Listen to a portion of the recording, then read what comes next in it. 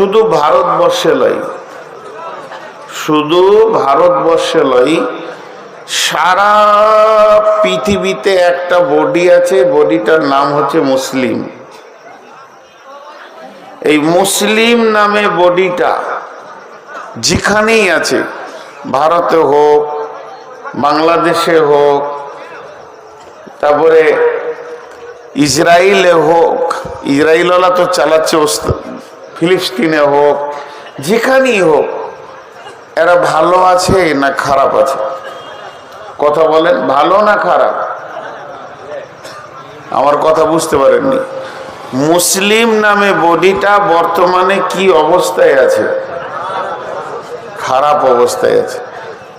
এই খারাপটা কেন? প্রথমে আমার শরীরটা খারাপ, তা আমার শরীর খারাপ কেন? ডাক্তার প্রথমে ওষুধ দেবে না, ইঞ্জেকশনও দেবে না, ল্যাবে পাঠাবে।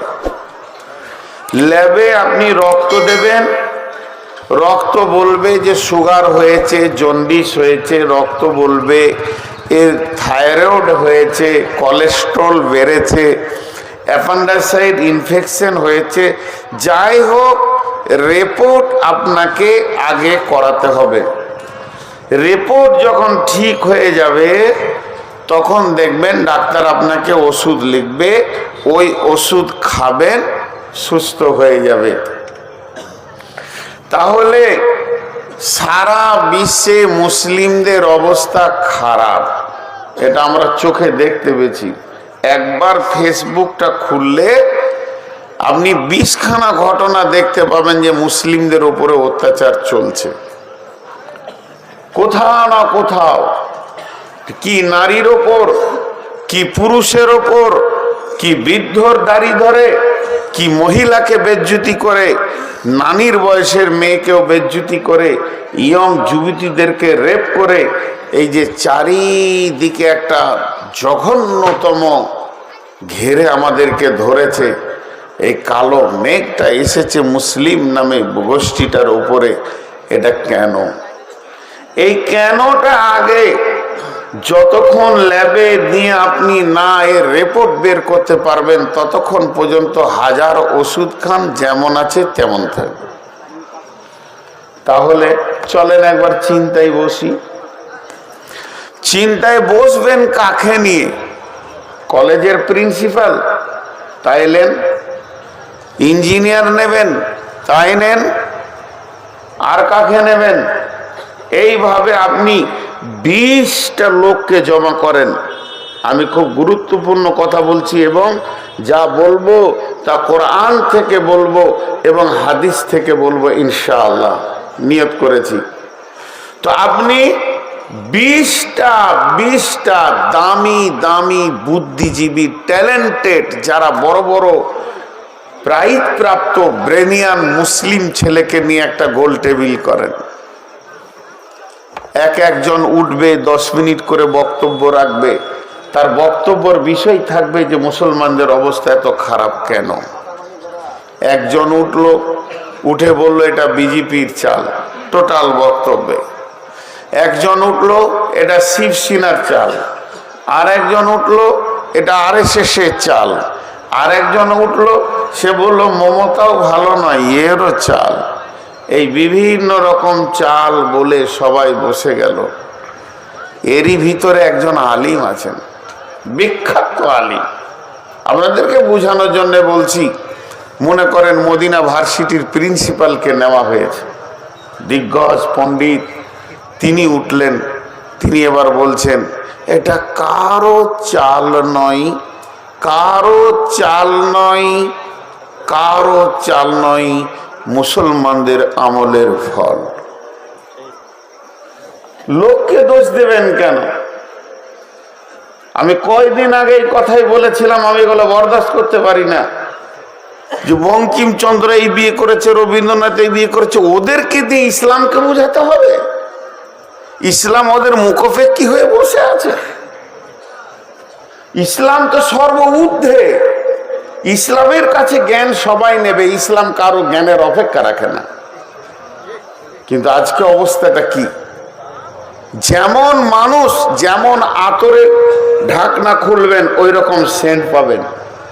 জি ভাই, তো এটা কারো চাল নয়।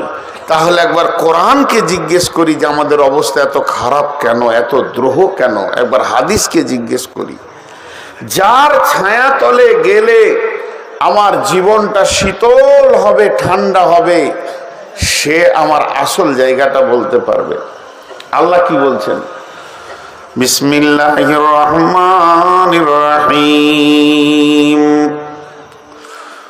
কুল ইন কানা আবাউকুম ওয়া আবনাউকুম ওয়া ইখওয়ানুকুম ওয়া আজওয়াজুকুম ওয়া আশীরাতুকুম ওয়া আমওয়ালুন ইকতারাফতুমুহা ওয়া তিজারাতুন তাখশাউনা কাসাদাহা ওয়া মাসাকিনু তারদাউনাহা আহাব্বা ইলাইকুম মিনাল্লাহি ওয়া রাসূলিহি ওয়া জিহাদিন ফি সাবিলিহি ফাতারাব্বাসু হাত্তা ইয়াতিয়াল্লাহু বিআমরিহি ওয়াল্লাহু লা ইয়াহদিল কওমাল ফাসিকিন।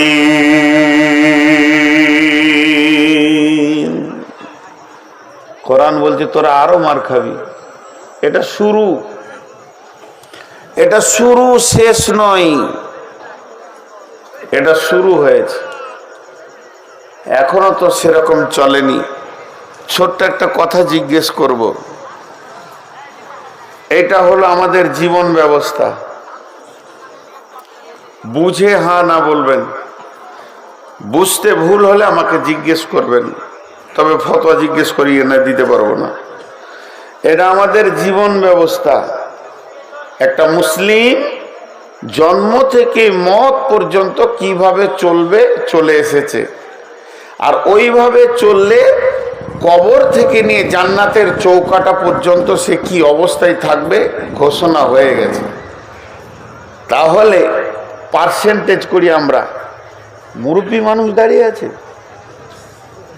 বাপজি আপনাকেও দাঁড়াতে মন গেল? ছোট ছেলে না হলে ধরা খায়। আহা হা, বসার জায়গা পাচ্ছে না গো। এই চেয়ার আছে আমার পাশে আছে। আহা, দুটোই বিয়াই মনে হয়। খাওয়া দাওয়া হয়েছে, একটু পরিলক্ষণ করে এবার বিদায় নিচ্ছে। সাথে নাতনিটাও আছে আলো জেলে। সুখের জীবন আজকে, মেলার আনন্দ উপভোগ করছে। আমার দিকে তাকান।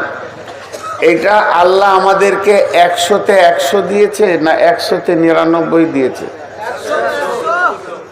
সামনে মুখ খুলেছেন, চুপ থাকেন। পেছনের লোক বলেন, সবাই বলেন, সবাই হৃদয় থেকে ভালোবেসে বলেন, এটা আল্লাহ 100-তে 100 দিয়েছে না কম দিয়েছে?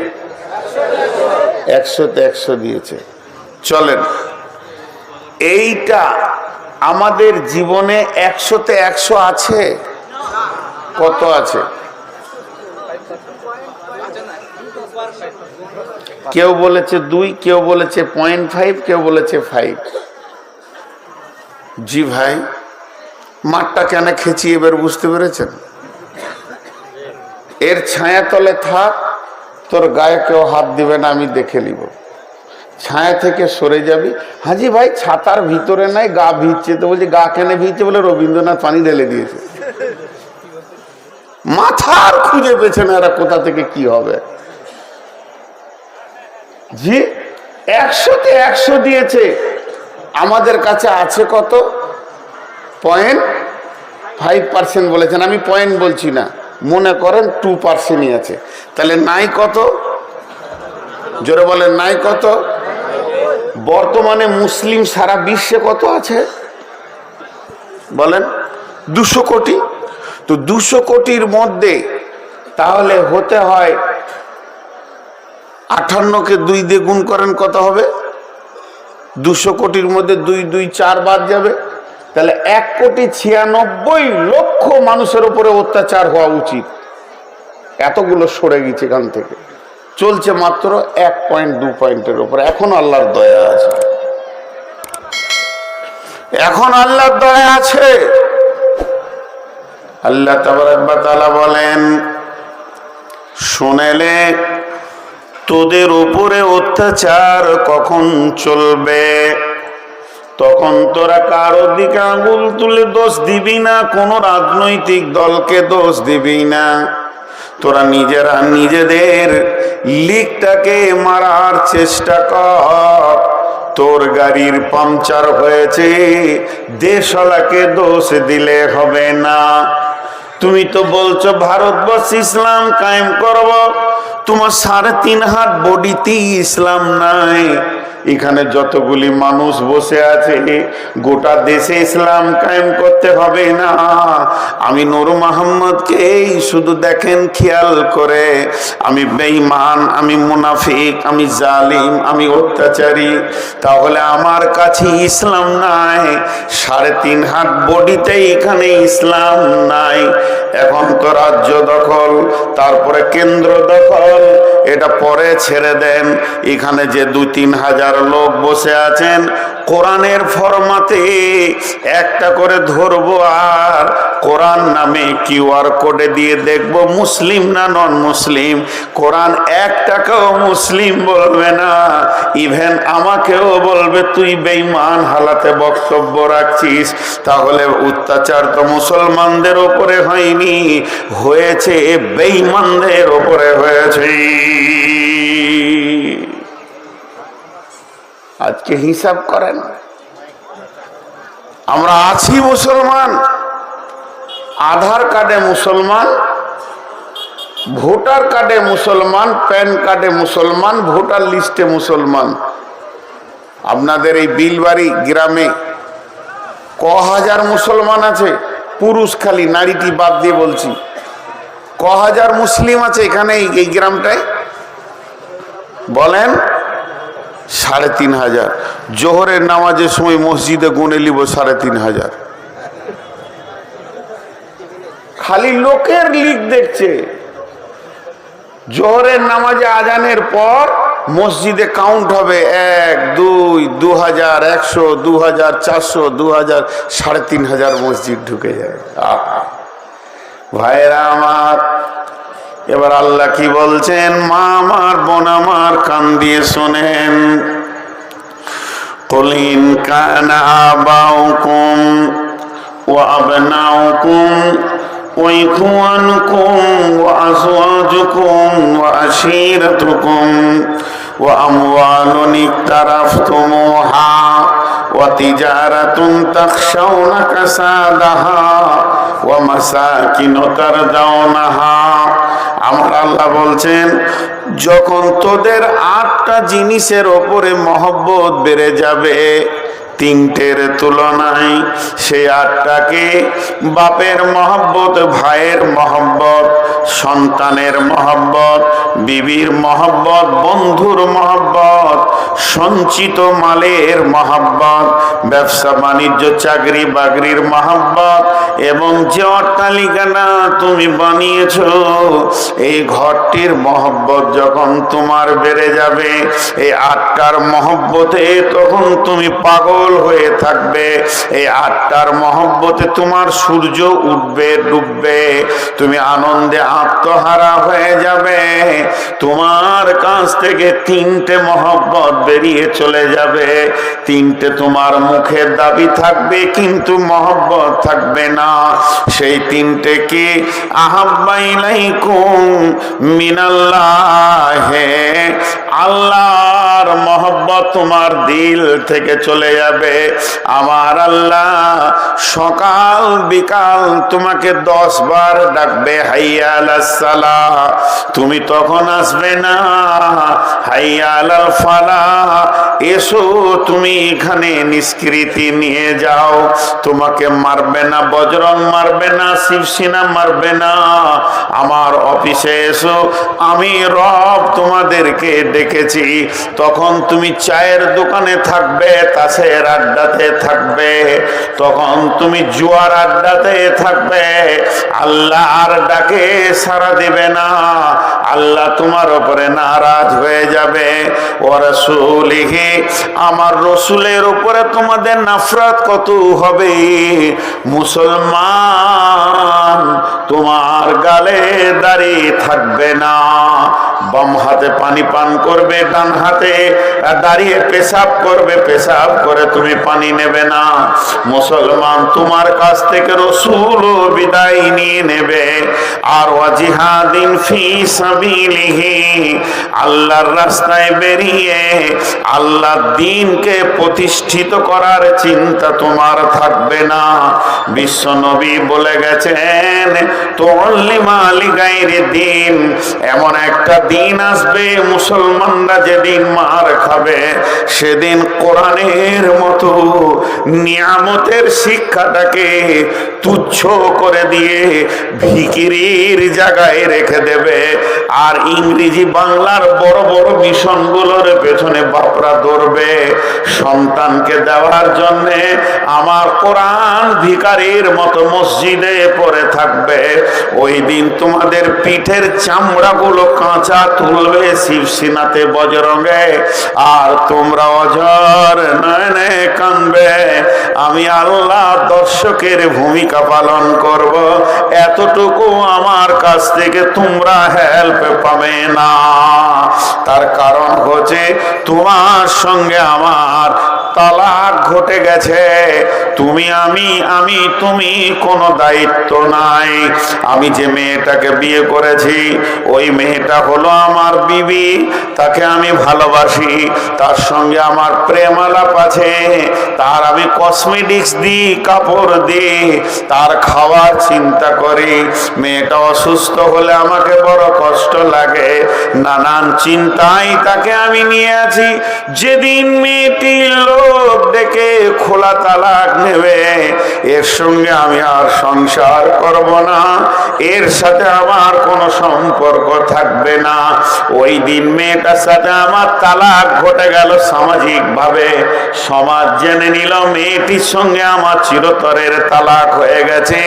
ওই মেয়েটি সামনে ঈদে অপেক্ষা করছে, আমার জন্য নতুন কাপড় আসবে, আমি তাকে কাপড় কিনে দিব।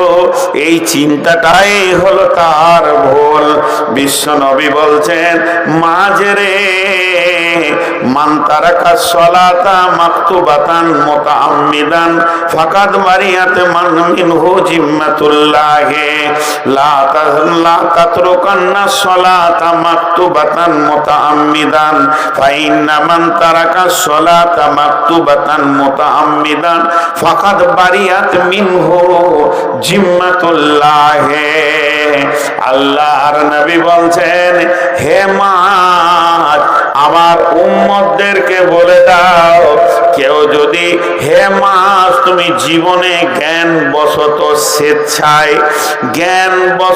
স্বেচ্ছায় এক ওয়াক্ত নামাজ কামাই করবে না, এক ওয়াক্ত নামাজ ছেড়ে দেবে না। হে মাজ, শুনে নাও, আমার যে উম্মত এক ওয়াক্ত নামাজ জ্ঞান বশত স্বেচ্ছায় ছেড়ে দেয়, আল্লাহর সঙ্গে তার সম্পর্ক কেটে যায়। ফাকাদ বারিয়াত মিনহু, আল্লাহ তার থেকে আর কোনো সম্পর্ক রাখে না, তাকে মারছে না কাটছে, এ ব্যাপারে আল্লাহর কোনো জিম্মা নাই। ফাকাদ বারিয়াত মিনহু জিম্মাতুল্লাহ, আল্লাহ তার জিম্মা থেকে বাড়ি পেয়ে যায়। বলেন, আমাকে একজন হাজি সাহেব প্রশ্ন করেছিলেন, নাম বললে জিজ্ঞেস করে বুঝতে পেরে যাবেন। বিখ্যাত হাজি পশ্চিমবঙ্গে এমন কোন নাই যার নাম জানে না মানুষ।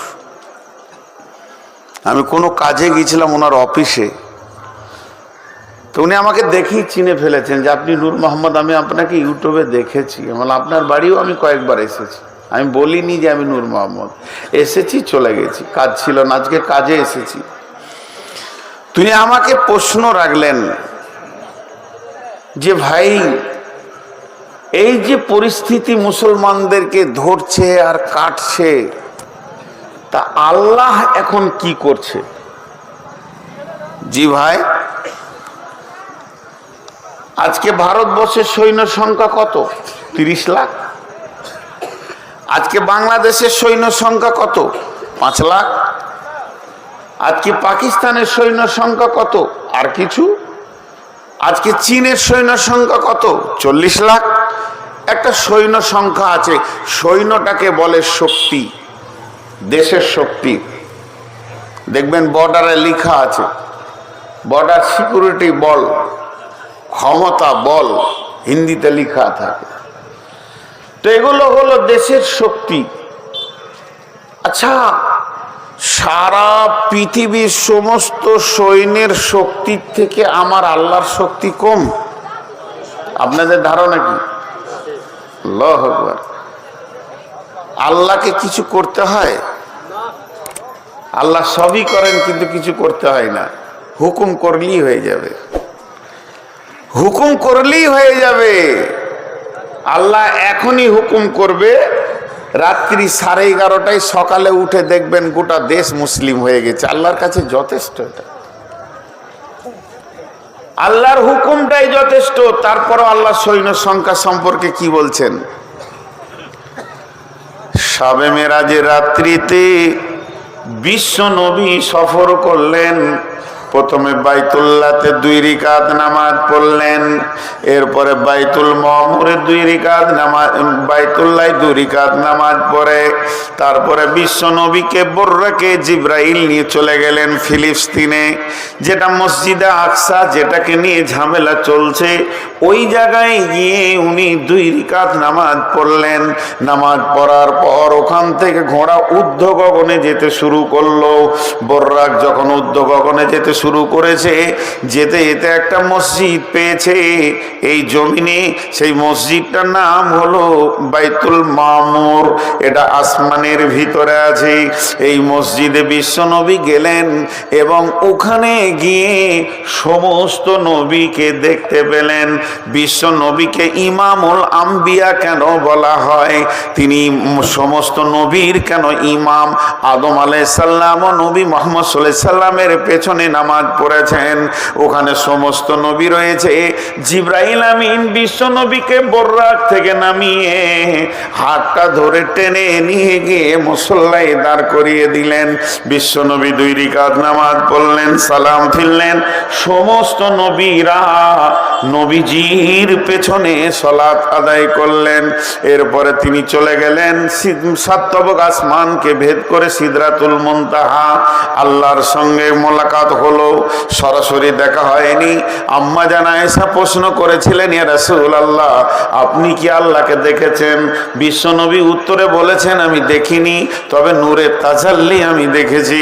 এরপরে তিনাকে সমস্ত ট্রেনিং করিয়ে, কেউ বলে 14 বছরের সফর ছিল, কেউ বলে 28 বছরের সফর ছিল।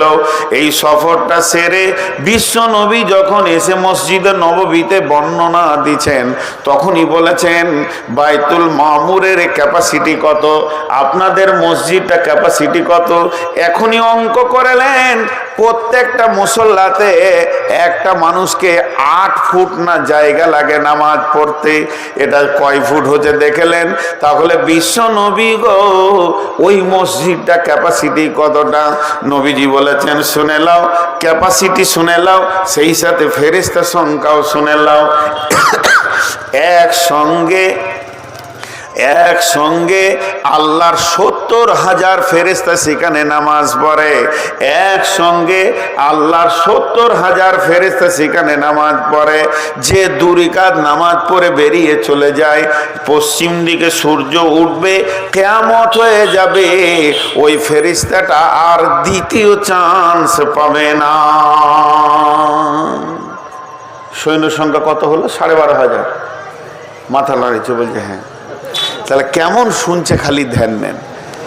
70,000 একবার 2 রাকাত পরে বেরিয়ে যায়, আর 2 রাকাত নামাজ পড়ার জন্য পেছনে লাইন দিয়ে দাঁড়িয়ে আছে, এরা ঢুকে যায়, ওরা বেরিয়ে যায়, পরে স্টেপ ঢুকে যায়।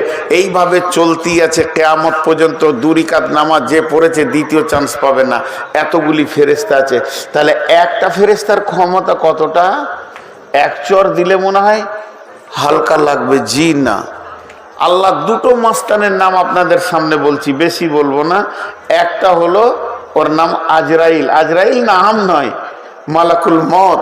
তো এই মালাকুল মত যে মতের ফেরেশতা, এর কত ক্ষমতা! প্রতিদিন মার্ডার করছে। কোনো কেস কাছারি আছে বলেন? আপনাদের থানার নাম কি? নবগ্রাম থানাতে মনে হয় একদিন বাঁধা ছিল না? হ্যাঁ বলছে, হ্যাঁ ছিল। মাথা লড়াইছে, ও কি বুঝছে আল্লাহ জানে। জি, প্রতিদিন চালিয়ে যাচ্ছে আজরাইল, প্রতিদিন চালিয়ে যাচ্ছে। ওকে বাঁধার ক্ষমতা কারো নাই। একজন বাংলাদেশি বক্তা, উনি মজাক করছেন, বলেননি যে এরকম হাদিস আছে। একজনের বাপ মরে গেছে, দৌড়ছে থানাতে গিয়ে বলছে, এসপি সাহেব তাড়াতাড়ি করে কেস লেখেন। বলে কি হলো? আমার আব্বা এক্ষুনি মার্ডার হয়ে গেল। কখন? বলে সকাল 7টায়। তাড়াতাড়ি খাতাতে লিখছে, মার্ডার হয়েছে। কোথায়? বাড়িতে। কিভাবে? বলে আজরাইল মেরেছে, কলম ফেলে দিয়েছে। বলছে ওর নাম লিখতে গিয়ে আবার না জানি আমার উপর আবার কিছু হয়ে যায় না। তাহলে একটা মাস্তান বিশ্ব সামালতে পারছে না। মুদি যদি আজরাইলের নাম 3 বার শুনে তো চুচু চুচু করে পেশাব করবে। কিন্তু সে কার কন্ট্রোলে আছে? আজরাইল। জোরে বলেন কার? বিসমিল্লাহির রহমানির রহিম। ওয়া নুফিকা ফিস সূরি ফাসাইকা মান ফিস সামাওয়াতি ওয়া মান ফিল আরদি। আল্লাহর আর একটা সৈন্যর নাম হলো ইসরাফিল। ইসরাফিল সুর ফুঁকে দেবে। ভারত কেন, রাম মন্দির কেন, আর জগন্নাথ মন্দির কেন, আর কি মসজিদ কেন, মন্দির কেন, পৃথিবীটা ময়দান বানিয়ে দেবে। আল্লাহ তো দূরের কথা, আল্লাহকে এখন জমার খাতায় রেখে দিলাম। আমার আল্লাহকে হাত লাগাতে হবে না, আমার আল্লাহ তার হাতকে নাপাক করবেন না, তিনি গোটাই পবিত্র পবিত্র থাকবেন। একটা হুকুম মেরে দেবে ইসরাফিলকে, বিশ্বটাকে ধ্বংস করে দেবে। এই রকম ক্ষমতা নিয়ে তিনি বসে রয়েছেন গদিতে, আর আমরা হলাম তার পাচাটা গোলাম, আর আমাদেরকে কাটা হচ্ছে।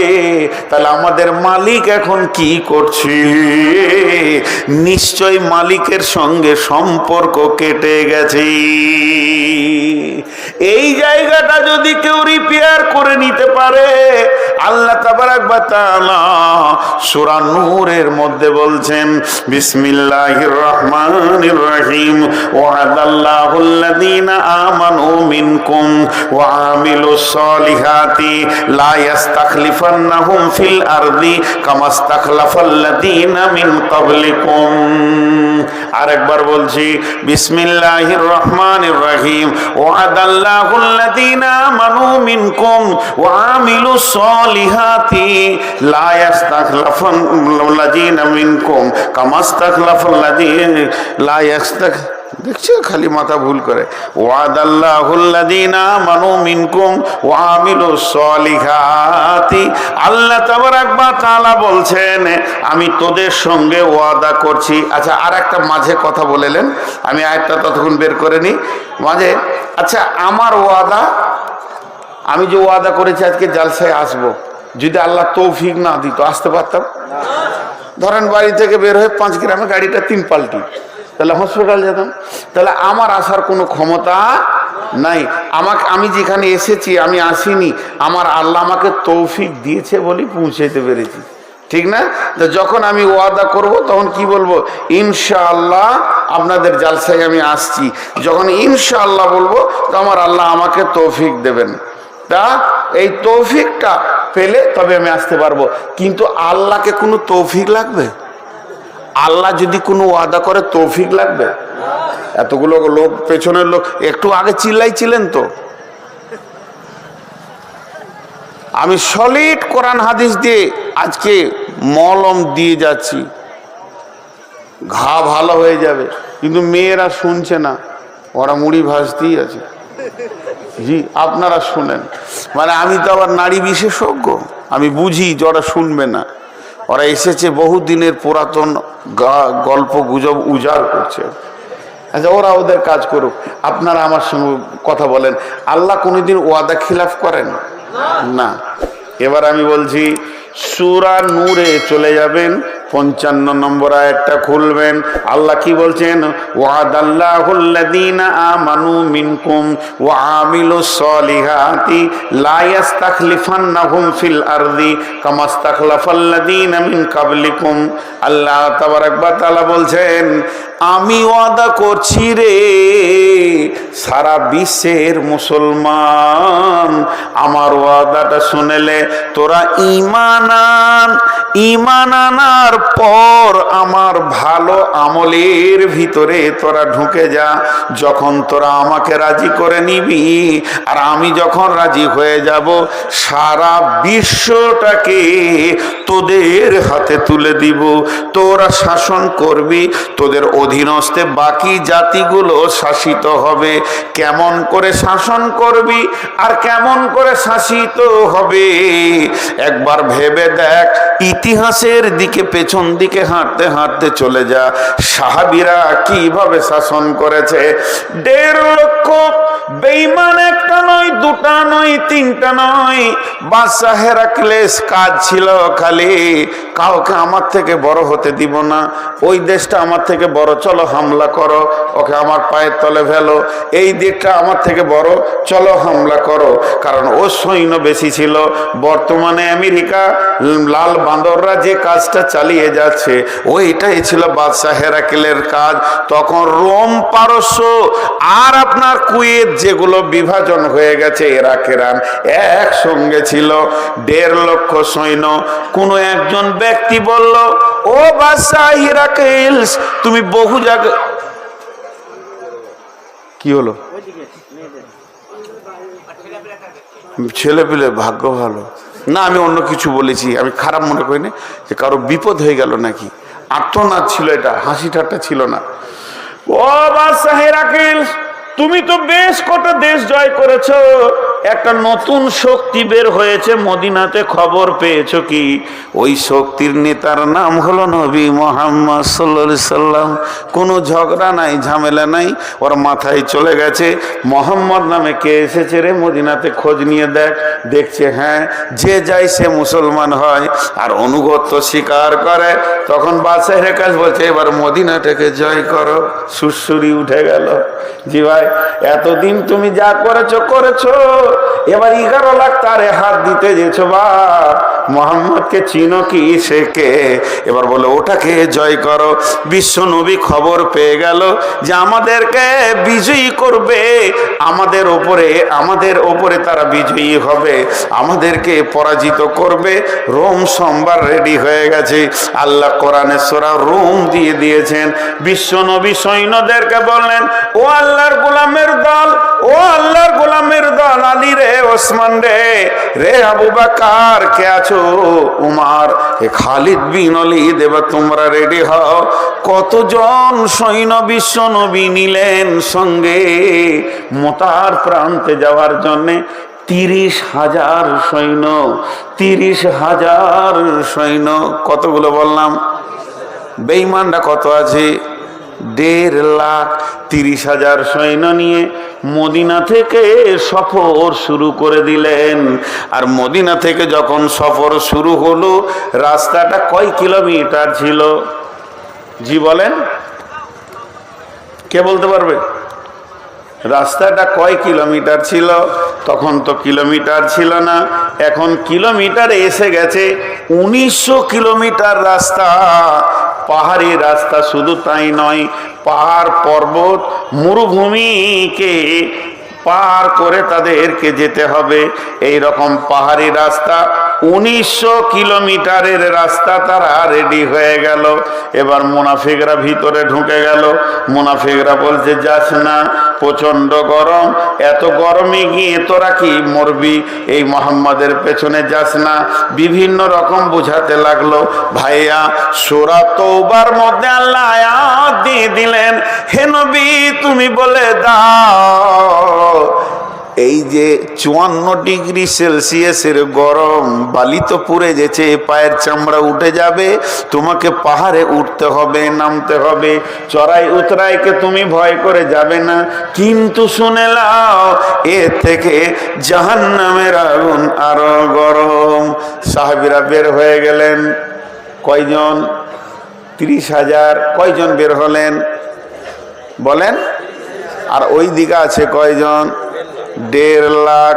তাহলে 1.5 লাখ বেশি না 30,000 বেশি? 1.5 বেশি না 30 বেশি? 1.5 কম 30 বেশি। আরে 1.5 কম, দেখেন না, একের পরই তো 1.5 লাখ সৈন্য নিয়ে ময়দানে যখন হাজির, বিশ্বনবী একবার আল্লাহর মুজাহিদদের দিকে এরকম করে নজর ফিরিয়ে দেখলেন, সৈন্য যেন সব রেডি হয়ে আছে।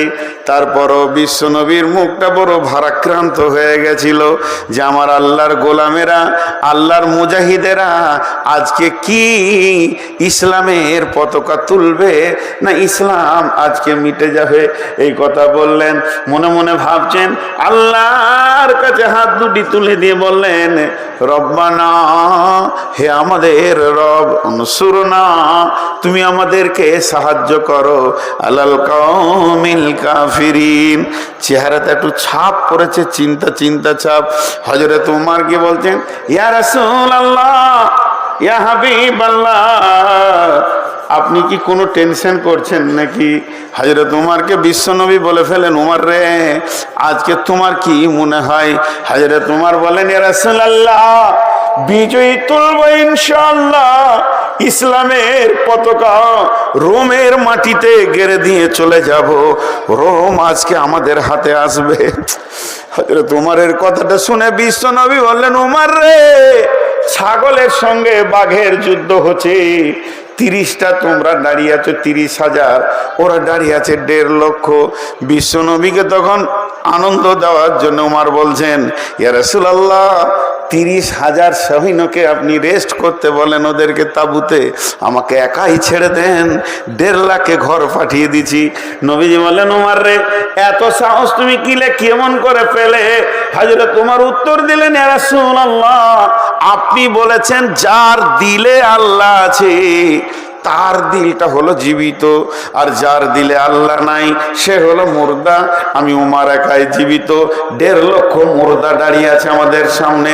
একটা বাঘের মতো হুঙ্কার মারব, ময়দান ছেড়ে দিয়ে এক বাঘ 1.5 লক্ষ ভেড়ার জন্য যথেষ্ট। ময়দান ছেড়ে দিয়ে চলে যাবে। যখন তুমুল যুদ্ধ মহড়া শুরু হয়ে গেল, বন্ধুরে, আল্লাহ কোরআনে দিলেন গলিবাতির রোম। 30,000 সৈন্য বিশাল রোম সাম্রাজ্যকে দখল করলেন। শুধু দখল করেনি, তাদের সিংহাসন পর্যন্ত পৌঁছে গেলেন। শুধু পৌঁছায়নি, সেখানে যে আপনার কিনা সোনার তাজ ছিল, সোনার শেকল ছিল, স্বর্ণ যত ছিল সবকে টেনে হিঁচড়ে বের করে নিয়ে এসে মসজিদে নববীর গোডাউনে ছুঁড়ে ফেলে দিলে বাইতুল মালে জমা করে দিয়েছে। এর নাম হলো আমরা সেই সে জাতি, আমরা সেই সে জাতি। কিন্তু আজকে আমরা কি? আজকে আমরা, জি ভাই শুনেন, আজকে আমাদের অবস্থাটা কোন জায়গায় পৌঁছে গেছে?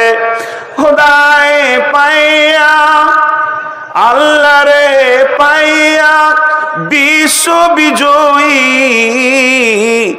একদিন ছিল যারা, আল্লাহকে হারিয়ে ভীত পরাজিত আজ দুনিয়ায় তারা। আল্লাহর সঙ্গে যুক্ত সদাই ছিল যাহাদের মন, দুঃখে রোগে শোকে অটল ছিল যাহারা সর্বক্ষণ। এসে শয়তান ভোগ বিলাসের, ভাষাটা শোনেন কবি নজরুলের, এসে শয়তান ভোগ বিলাসের কারিয়া নিয়েছে ইমান তাদের, আল্লাহকে হারায় মুসলিম সমাজ হয়েছে সর্বহারা। আজকে আমরা শেষ হয়ে গেছি। তাদের সঙ্গে কে ছিল না? আল্লাহ। আমাদের সঙ্গে আল্লাহ নাই, আমাদের সঙ্গে আল্লাহ নাই, আমাদের সঙ্গে আল্লাহ নাই। শেষ হয়ে গেছে। আল্লাহর সাথে সম্পর্ক অনেক আগে কেটেছে। আল্লাহকে সাক্ষী রেখে একটা কথা বলছি, আজকে পবিত্র মজলিসে বসে আছেন, একটু বেঈমানি কথা বলবেন না আপনারাও, আমিও বলবো না। আজকে আমার আল্লাহ আমাকে তৌফিক দিয়েছেন, এশার নামাজ 2 রাকাত রাস্তায় সফরের পড়েছি। আমি এশার নামাজ 2 রাকাত পড়েছি তাই হাত তুললাম। আপনারা এশার নামাজ পড়ে কে কে বসেছেন হাত তুলেন। আর বাকি কটা মার কি সাধে পড়ছে গো?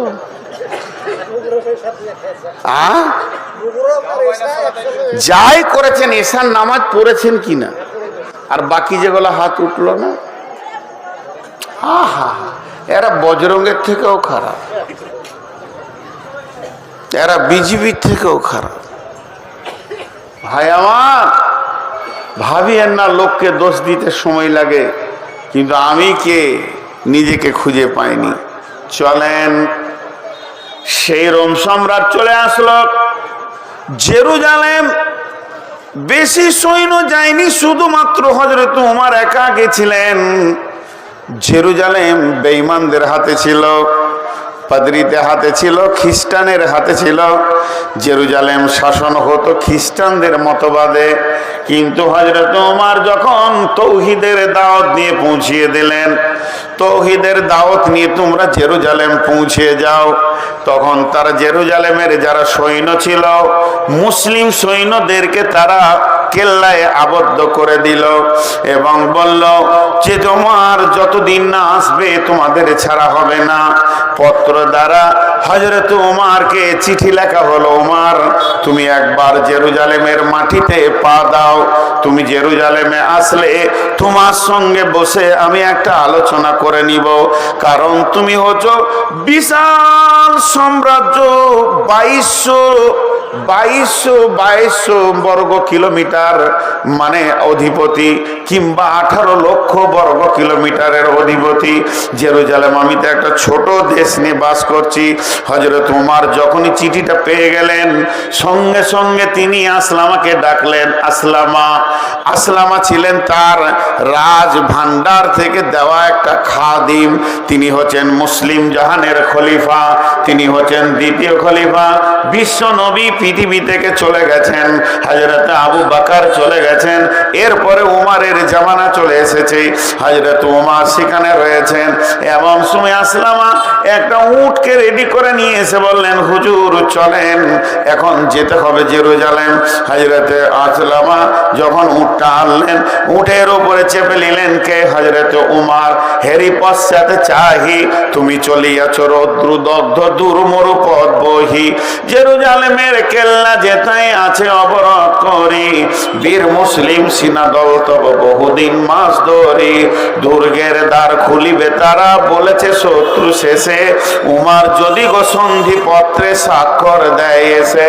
হায় রে আদেক ধারার মালিক আমিরুল মুমিনিন, শুনেছে খবর একা একই উঠে চলেছে বিরামহীন, সাহারা পাড়াইয়ে ঝুলিতে দুখানা শুকনো খুবজ রুটি, একটি মশকে এতটুকু পানি খোরমা 2-3 মুঠি, প্রহরী বিহীন সম্রাট চলে একা উঠে চোরি, চলেছে মাত্র একটি গোলাম উটের রশি ধরি, মরুর ঊর্ধ্ব আকাশে সূর্য আগুন বৃষ্টি করে, সেই সে আগুন তাতে কৈসম ফুটে বালুকার মরু পরে, কিছু দূর যেতে উট হতে নামি কহিল গোলামের ভাই, পেরেশান বড় হইয়াছ চলিয়া এইবার আমি যাই, উটের রশি ধরিয়া অগ্রে উঠে বস উঠে, তপ্ত বালুতে চলে যে চরণে রক্ত উঠেছে ফুটে, গোলাম 2 হাত ধরে চুমি কাঁদিয়া কহিল উমার এখন এই আদেশ করেন কেমনে আপনি, গোলাম রহিবে উটের পিঠে আরাম করিয়া বসি, আর হেঁটে যাবে খলিফা উমার ধরিয়া উটের রশি।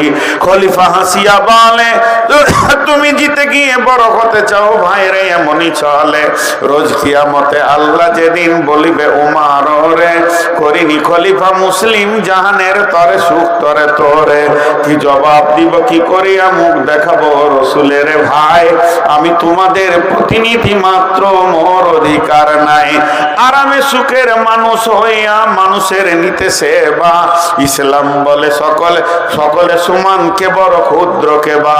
উমার চড়িল গোলাম চড়িল উটের পিঠে, উমার ধরিল রশি, মানুষের স্বর্গে তুলিয়া ধরিয়া ধুলাই নামিল শশী। এই অবস্থায় যখন যাচ্ছে, খলিফা উটের রশি ধরে আছে, গোলাম উটের ওপরে চেপে আছে। এখন জেরুজালেমের কোম্পানি মেজর জেনে নিয়েছে, চলো চলো চলো বর্ডারে যায়, বিশ্ব একটা বিরাট বড় দেশের মালিক আমাদের দেশে আসছে, তাকে সুস্বাগতম দিব, স্যালুট জানাবো। কোম্পানি মেজর সৈন্য নিয়ে গিয়ে বর্ডারে অপেক্ষা করছে, দেখছে বহু দূরে একটা উট, তার সামনে কোনো আর প্রহরী নাই, কোনো সিকিউরিটি নাই, কোনো গার্ড নাই, কোনো বন্দুকওয়ালা কিছুই নাই। তিনি একাই আসছেন। 18 লক্ষ 22 লক্ষ বর্গ মাইলের যিনি শাসনকর্তা, শুধুমাত্র একটা উট, আর উটের লাগাম ধরে একজন হাঁটছে। আস্তে আস্তে যখন কাছে পৌঁছালো, জর্ডান নদী পার হবে, বর্ডার পার হবে, কোম্পানি একটা জোরে স্যালুট মারলো। মেজর স্যালুট মারার পর বলছেন, আদব নেবেন জাহাপনা, আমাদের দেশে আসার জন্য আমরা অনেক আনন্দিত হয়েছি, আপনাকে সুস্বাগতম দিচ্ছি আমাদের দেশে। এমন সময় অঝর নয়নে কাঁদতে শুরু করেছে আসলামা, উটের পিঠে কাঁদছে আর বলছে, আমাকে কেউ স্যালুট দিয়েন না, আমি তো উমার নয়, আপনাদের চিনতে ভুল হয়ে গেছে, আমি হলাম উমারের খাদিম, উমারের গোলাম। যিনি উমার তিনি উটের লাগাম ধরে হাঁটছি, ওনার হুকুম তাই আমি উটের ওপরে বসে আছি, ওনার হুকুম না হলে আমি নেমে যেতাম। অতএব যিনি লাগাম ধরে হাঁটছেন ইনি হলেন 18 লক্ষ বর্গ মাইলের বাদশা। কোম্পানি মেজর অবাক, হাই আল্লাহ, আমরা এতদিন রাজা দেখেছি, বাদশা দেখেছি, মন্ত্রী দেখেছি, পূর্ণাঙ্গ মানুষ এখনো দেখিনি। হযরত ওমরকে বলছে, তুমি কত দামি মানুষ, এত দামি মানুষ কোনোদিন দেখিনি। তারপরে গেল গির্জা ঘরে, বিশাল গির্জা, খ্রিস্টানদের গির্জা ঘরে তাকে স্বাগতম জানানো হলো। ওমর গির্জা ঘরে উঠলেন, পোপের সঙ্গে কথা বলছেন। গির্জার যে মেন পোপ, সেই হচ্ছে দেশের শাসক। কথা বলতে বলতে হঠাৎ ওমর পোপকে বলছেন, ছোট হয়ে আদবের সঙ্গে বলছেন, হযরত ভাই আমার, একটু আমাকে ছেড়ে দেন, আমি 2 রাকাত নামাজ পড়ে আসি। গির্জার পোপ তখন অবাক, এত বড় মানুষ, এত বড় দাপটওয়ালা মানুষ আমার কাছে ছুটি চাইছে, কেমন কথা, তার দিলটা গলে গেল। তখন তিনি বললেন, আমাদের এই আঙ্গিনায় গির্জায় পড়িলে নামাজ হবে নাকি কবুল আল্লাহর দরবারে, একবার আপনি এখানে নামাজটা পড়ে নেন। তখন হযরত উমর উদাহরণ বুঝালেন, ভাইয়া শুনেলেন, আমার সৈন্য বড়, দেশ বড়, ক্ষমতা বেশি, আমি যদি গির্জাতে 2 রাকাত নামাজ কোনো কোণে পড়ে নি, আমার সৈন্যরা ভেবে নেবে হযরত উমর ইশারা করছে গির্জাটাকে ভেঙে দিয়ে মসজিদ করে নাও। এটা তো আমার আল্লাহ হুকুম দেয়নি, এটা আমার নবীর বিধান নয়। করো মসজিদ, গির্জারে ভেঙে মসজিদে মুসলমান এ কোনো দিন হতে পারবে না। আমাকে ফাঁকা জায়গায়, একটু ফাঁকা খোলা মাঠে 2 রাকাত নামাজ পড়ার সুযোগ দেন। যখনই এই কথা বলা, তখন সারা জেরুজালেমের যিনি শাসনকর্তা পোপ, এইভাবে উমরের হাতটা ধরে বললেন, আশহাদু আল্লা ইলাহা ইল্লাল্লাহু ওয়া আশহাদু আন্না মুহাম্মাদান আবদুহু ওয়া রাসূলুহু।